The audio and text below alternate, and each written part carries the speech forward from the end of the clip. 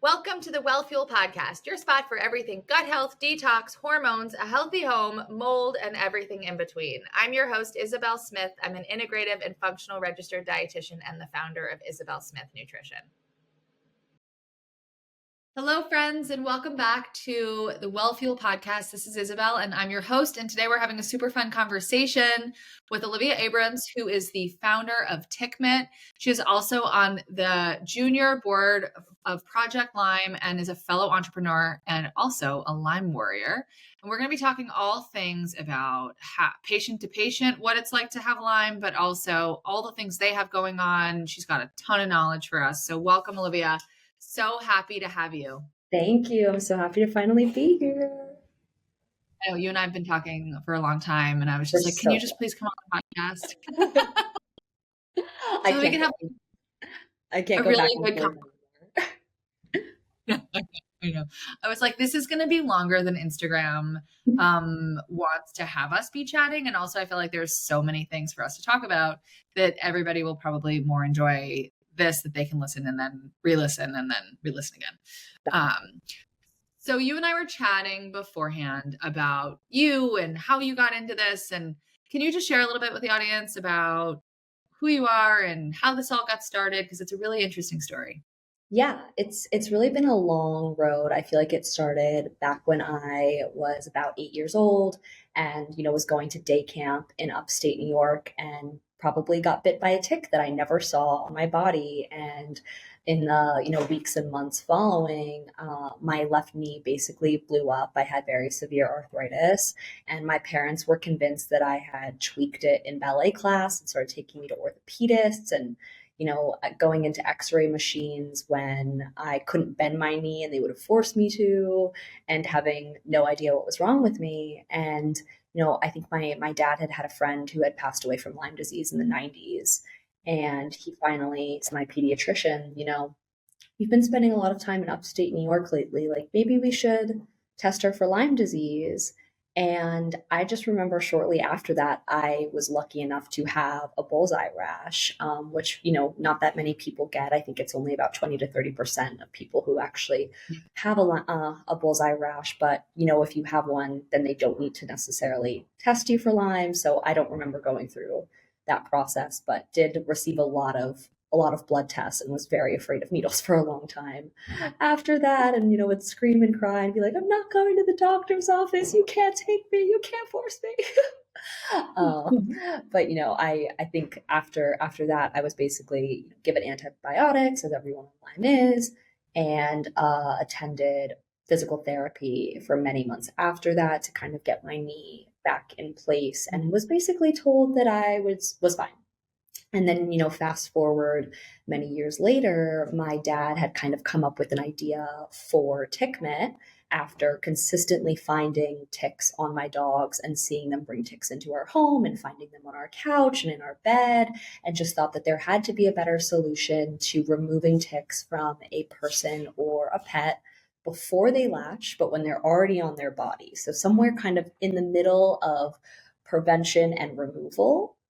And we had talked about doing this together for a long time. I spent some time when I was in college kind of coming up with, what would be our go-to market strategy and what are our fonts going to be and what are our colors and what does our logo look like? And then we finally launched TiCK MiTT to the public in March of 2023. So we just had our 1-year anniversary. Congratulations. It's such a needed product. I mean, having dogs, they're fine. They're vaccinated for Lyme. They take their stuff. I almost never find them latched and engorged. Mm-hmm. It's more what falls off their fur after their hair, whatever, after they're somewhere. And these ticks are so tiny. I know I see a lot on your guys' Instagram. You guys pull off. I mean, everybody's talking about like bigger ticks, which are ones that are really visible. It's really also they're not invisible, but like they're the size of a speck of sand. Those are the ones that I have been finding most recently. And those are the ones that really freak me out, because you and I with dark hair here, I'm jealous of all the blondies who it's much easier to see a black speck in your hair and in your scalp. My hair is really what freaks me out about, where the ticks can be hiding. Well, thankfully, you can use TiCK MiTT on your hair, but imagine if you had a giant, fluffy black dog like we did. They were almost impossible to find. And I think there's this huge misconception that if your dog is, vaccinated or on preventatives, everything's okay. You don't have to do anything else. But it's not just about your dog's safety, it's about your safety and your kid's safety and your significant other's safety. And if the dog is on preventatives, they're still going to bring ticks into the home if you're not checking them.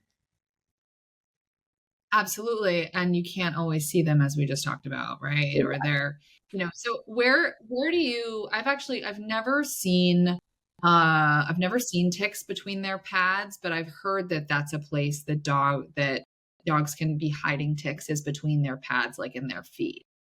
Yeah, I think that ticks in general like to intentionally hide, which is why people find them in their hair or under their armpits or in their knees a lot of the time because they're intentionally going into crevice like Mhm. areas. And so the same goes with dogs. They're going to be, under their elbows or under their armpits or in their toes.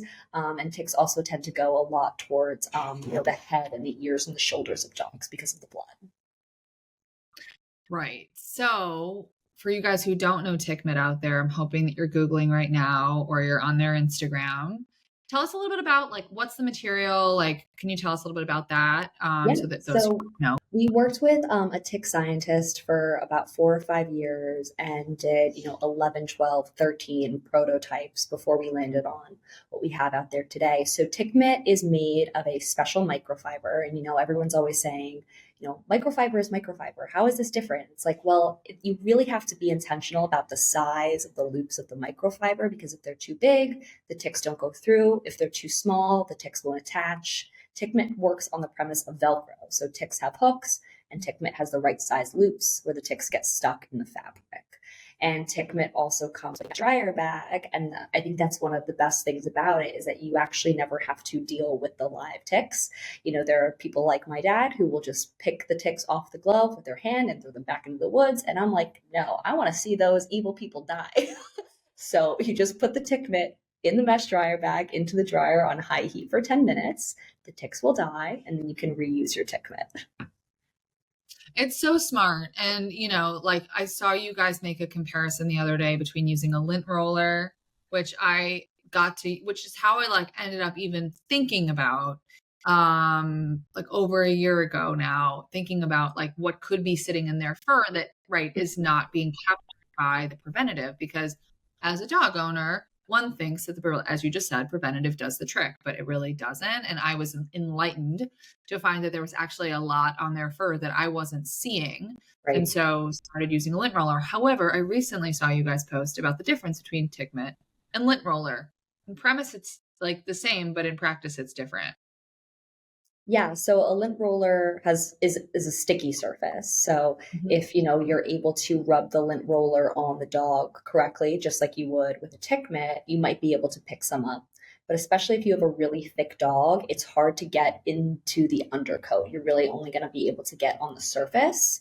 And you can't use a lint roller because of its stickiness on your own skin. I mean, you could, but would you want to? Or your hair.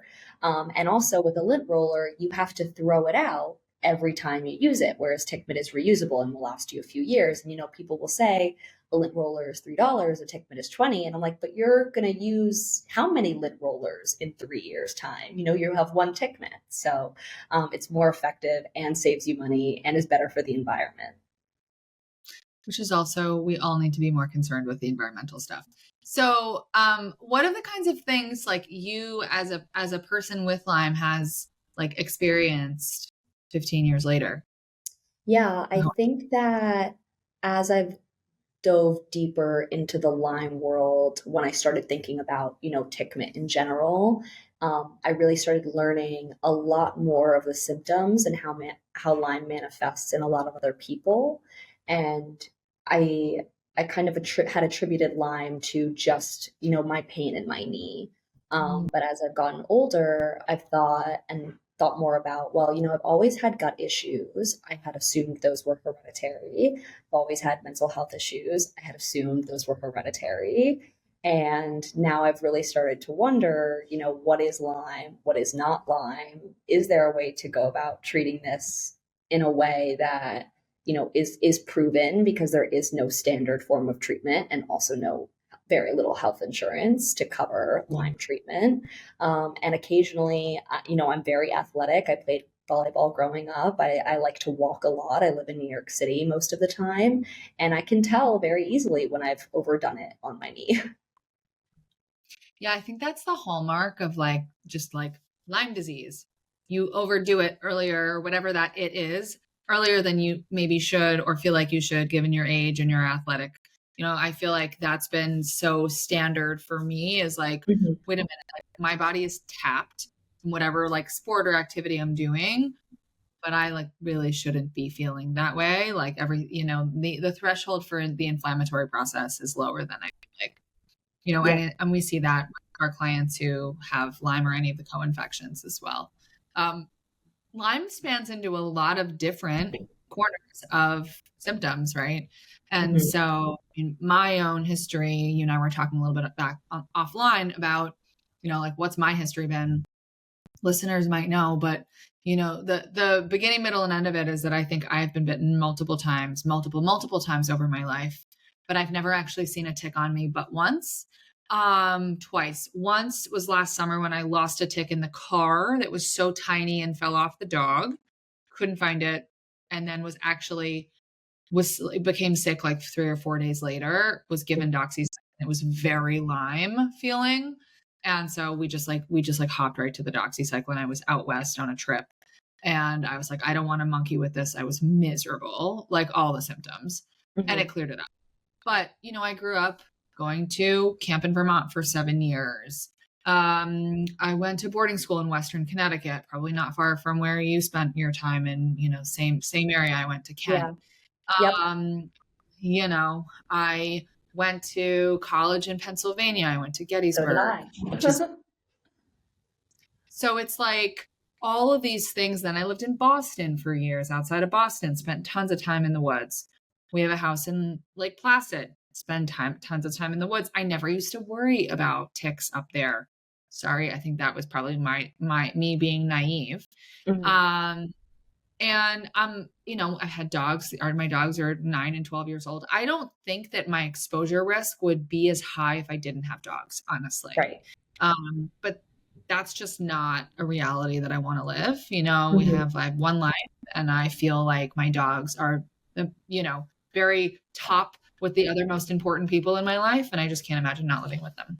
Yeah, I completely understand that, and I agree. I think something that's really interesting about Lyme is that I find that people are more educated about it when they Mm. have dogs, because their vets are always saying you need flea and tick protection, but our doctors don't typically say that to us as a human.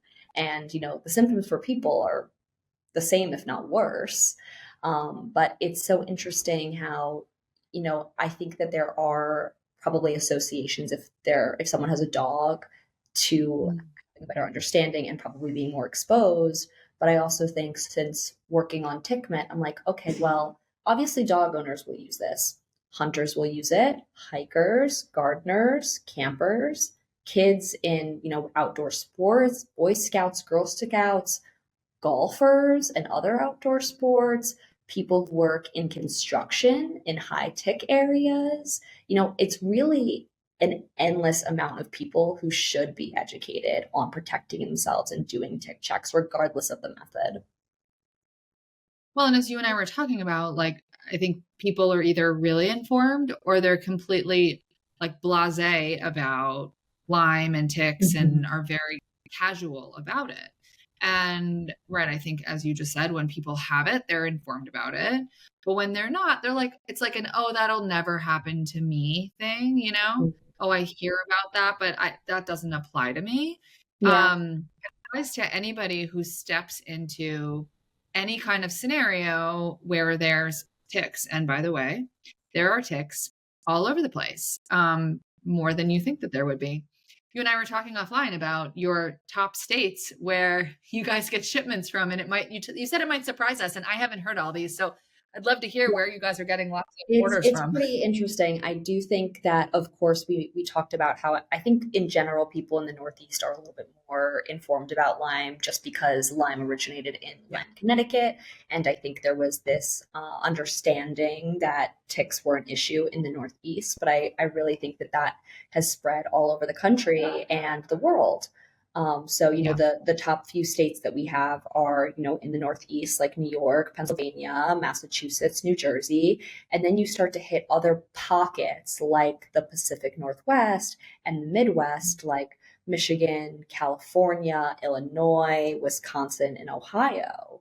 But we Mm. get, I think we've gotten orders from 49 states. The only one is not Alaska, because of the cold weather. But ticks are all over the country, and I believe I was telling you earlier that we also get requests from, Canada and the UK and all over Europe, and we're planning on shipping TiCK MiTTs there very soon. So exciting. Yeah, look, I think it's something I didn't realize that again, I think it's just the messaging maybe, or us living in a bubble, that not just ticks, but ticks with Lyme disease and other kinds of infections, right? If not Lyme disease, ticks. Listen to my other podcast, guys, that I recorded with a nurse practitioner who's fantastic, Mary Beth Charno, about the life cycle of the tick. I believe, if I'm not botching this, that when they come into the cycle of being like dangerous and being able to feed off of us, it's actually their second. It's like they've had their first blood meal and it's like their second years, something like that. Again, go back and listen to that. She's more articulate with it.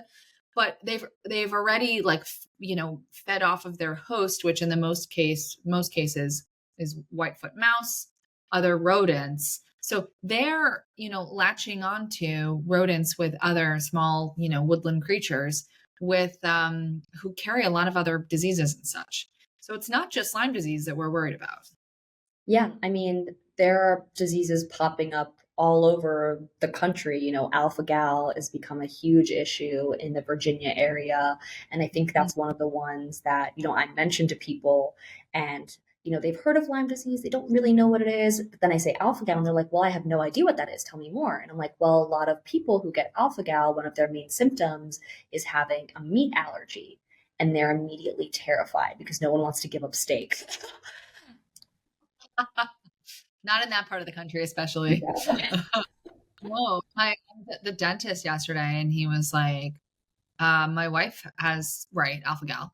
Mhm. And would have told me this before. This must be recent because I'm a frequent flyer at the dentist's office because I get cavities frequently, which Me too. I actually think Is has that been. is that a Lyme thing? Because I also have that. So I actually think it's because my microbiome has been affected Mhm. by all this other, garbage, and the immune system gets affected, which affects the gut and the microbes Mhm. and blah, blah, blah. I will say to you, like, when I'm in cycles where I've got more infection and stuff going on, I do end up having more cavities. And my oral hygiene routine has pretty much been static for a number of years now, which is I floss like once or twice a day, most days a week. I really I don't eat a ton of sugar. I don't drink coffee. I really don't drink alcohol because my Lyme disease can't handle it. I have to be really careful with that.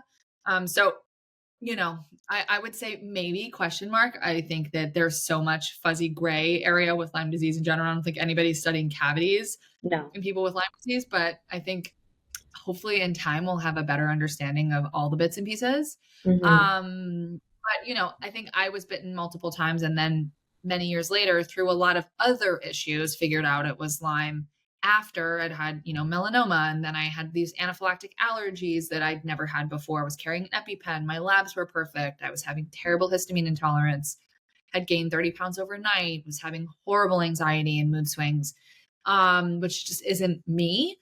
The part for me that's been the noisiest has really been my nervous system. Uh, and I have to work really, really hard to keep my nervous system quiet and happy. So I said I was going to ask you this. I'm going to answer my own first while you think of yours, if you don't have them at the top of your mind.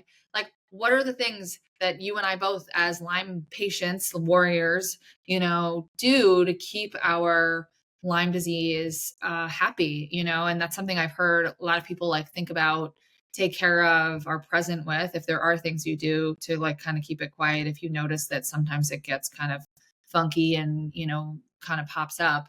I cold plunge. The cold plunge is incredibly helpful for my nervous system. The happier my nervous system is, the healthier I am and the less problematic everything gets, which is really interesting. And I've heard others comment on this too. Alcohol, I try and like only drink when I like really want to, and then otherwise I don't, because again, my nervous system gets totally bent out of shape and my body just gets angry. And then the other thing I'm really trying to do is not eat as much sugar. Even as a dietitian, I love my sugar. There's a lot of things I don't love, but sugar is one, so I just have to be careful. And then sleep, sleep is, I just basically have to not overdo it. I have to just eat well, take care of myself, not let my nervous system run crazy out of control, and things are generally kind of quiet and peaceful. How about you?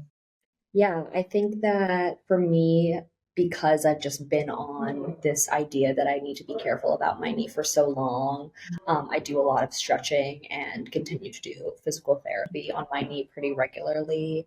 Mhm. I have gone through periods where I've tried certain diets to see if that has helped my gut.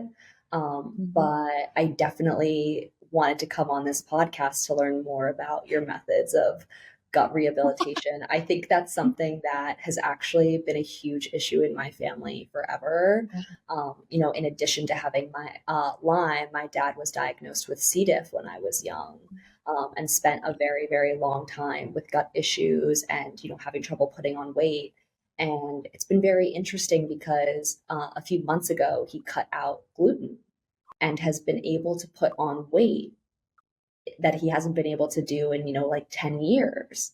And one would think if you're not eating carbs, you're losing weight. But I think that that is actually making him hungrier. So the gut is very interesting. And I probably need to take some more harsh approaches to figuring out what's wrong with me. But, as a soon to be 25-year-old, that can be difficult.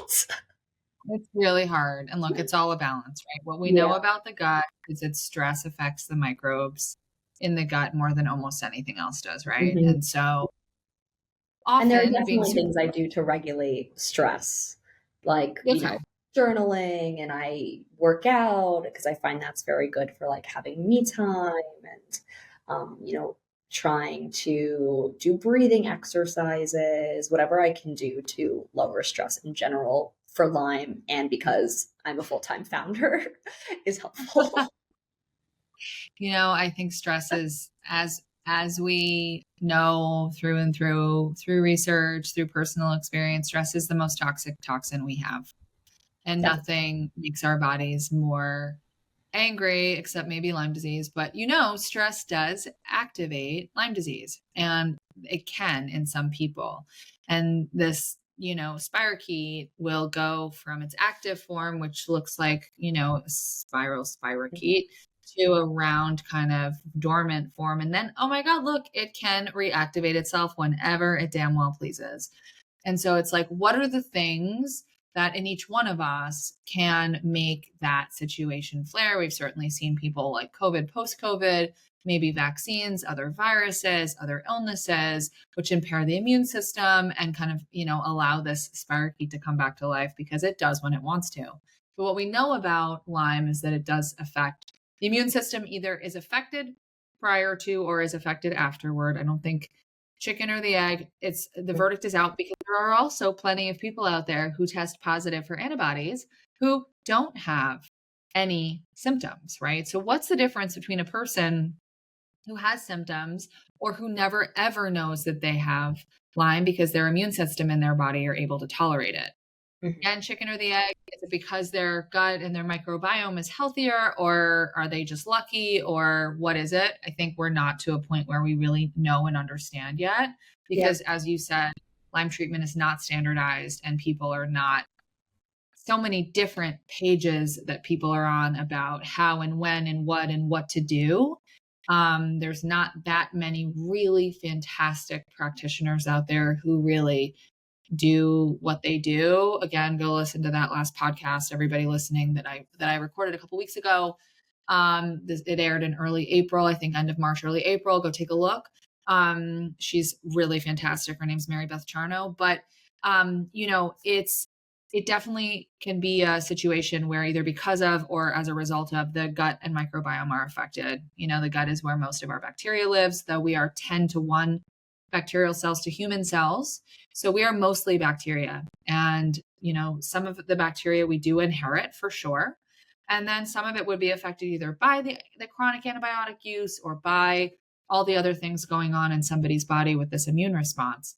And so I do often see that people with a history of Lyme do end up having to do some gut work.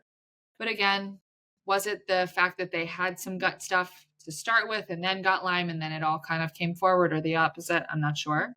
But I think even outside of the Lyme world, many of us could do a deep dive into gut stuff because of our environments, again, stress, what we eat, the chemicals on our food. And what we know is all of that will affect our propensity to reactivate a Lyme infection. Yeah, that's incredibly interesting. And I also am so curious about how the gut reacts to all of these different diseases that also present themselves as Lyme. Like, people consistently get misdiagnosed with lupus or MS or arthritis because they're having, one, two, three of other Lyme symptoms, but that's not the correct diagnosis.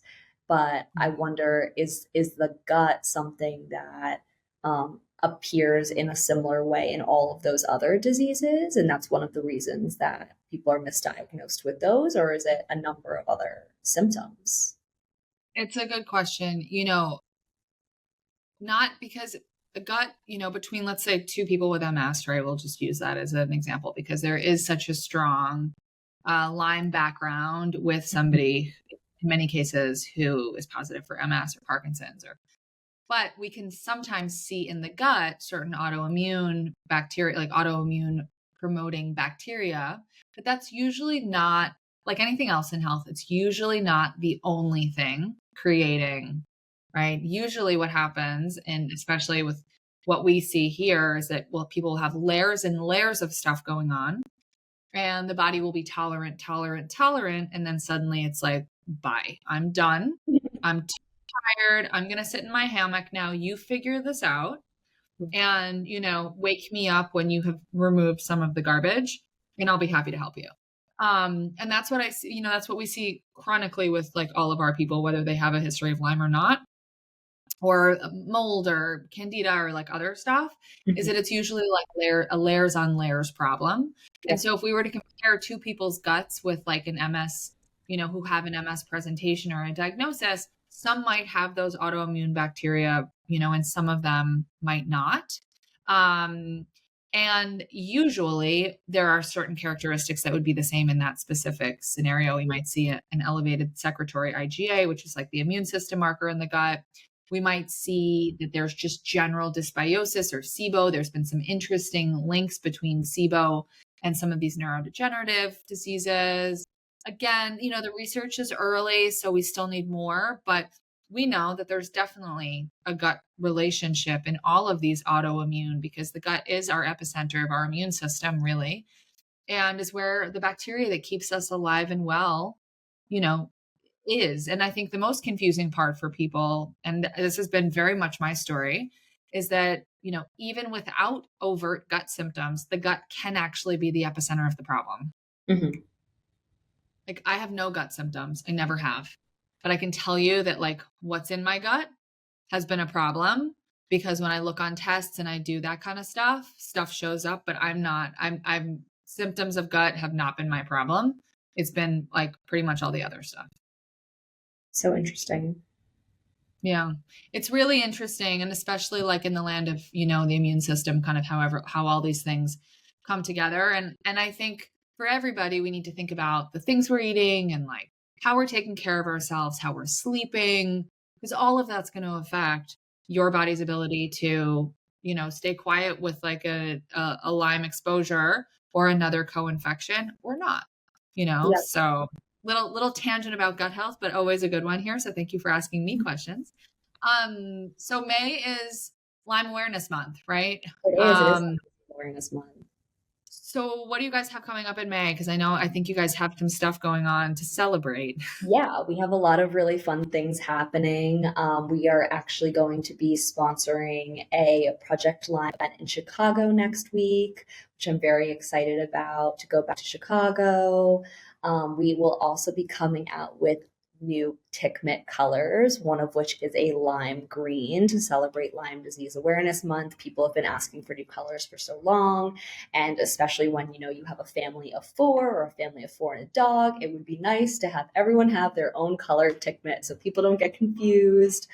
And then we also are going to be working with a number of other dog related companies to do a fun giveaway to kick off summer. And we are also going to be expanding into Canada and Europe and the UK, which we're very excited about.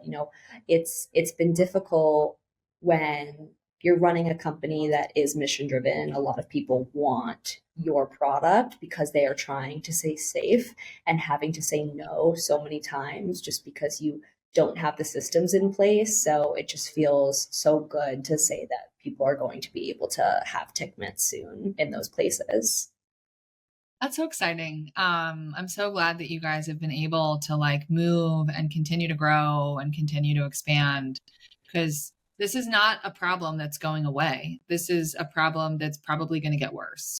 I definitely think it's going to get worse. And I think that, the government is trying to figure out a way, at least in America, to help. But, based on, their projections, I think they are trying to reduce cases of Lyme disease by 25% in the next 10 years. But I also think that as testing for Lyme gets better, there's going to be more cases to be discovered.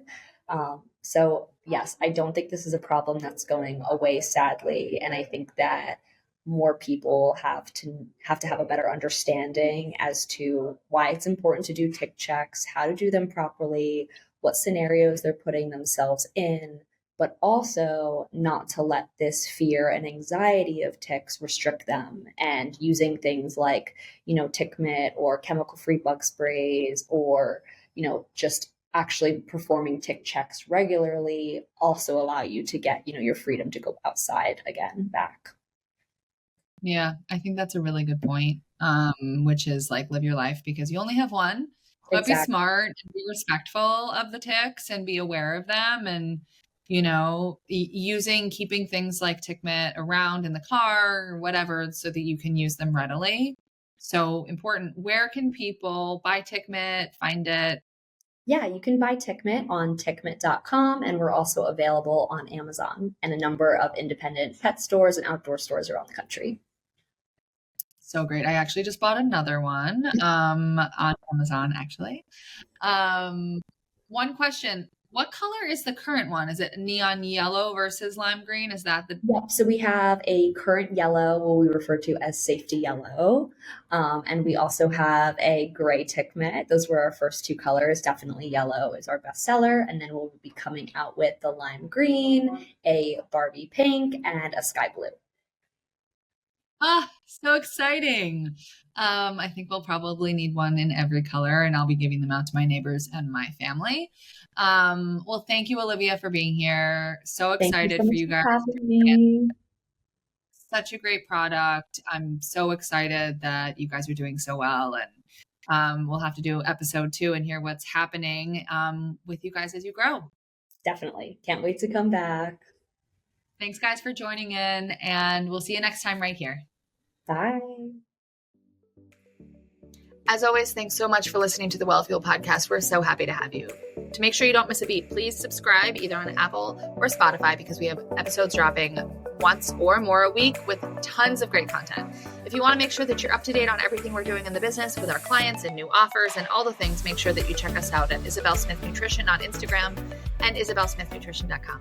See you guys soon.